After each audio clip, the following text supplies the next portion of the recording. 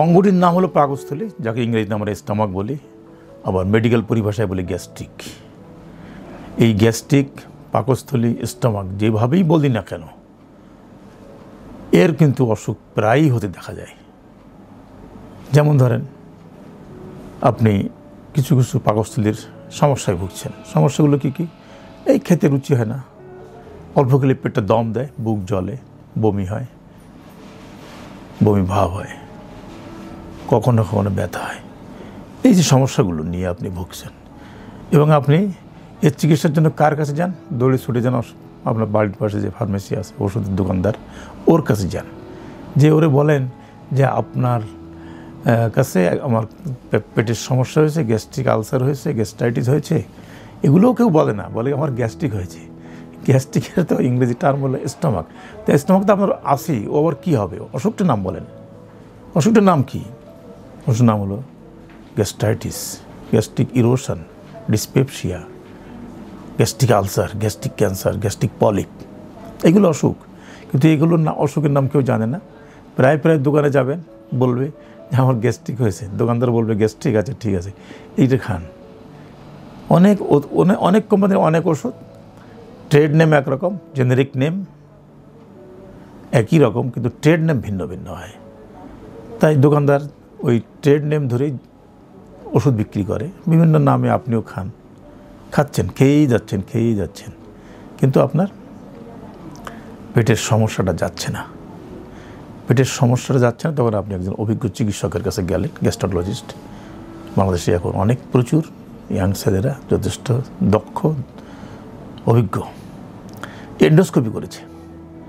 Endoscopy করে দেখে আপনার পাকস্থলীতে ছোট পলিপ, গ্যাস্ট্রিক পলিপ ডায়াগনোসিস করেছে, কিন্তু gastric polyp.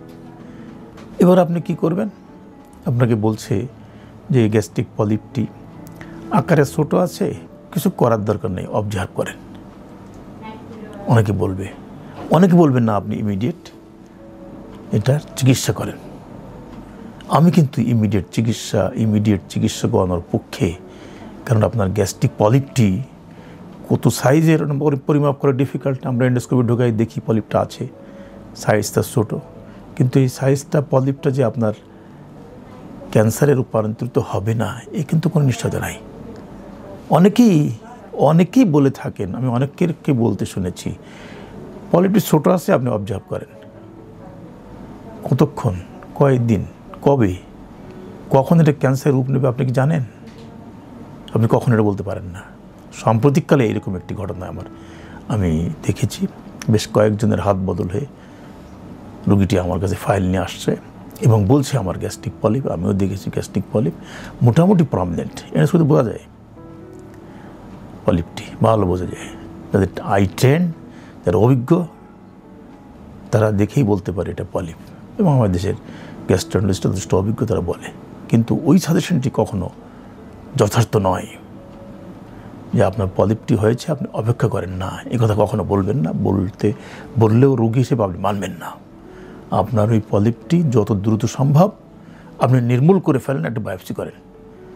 অ্যাডেনোমাটাস polyp, inflammatory polyp, যেটাই বলুক, নিওপ্লাস্টিক পলিপ বলুক, আপনি দুশ্চিন্তামুক্ত হয়ে গেলেন। তাই পলিপ ডায়াগনোসিস হলে ফাইল নিয়ে দাঁড়ে ঘুরবেন না।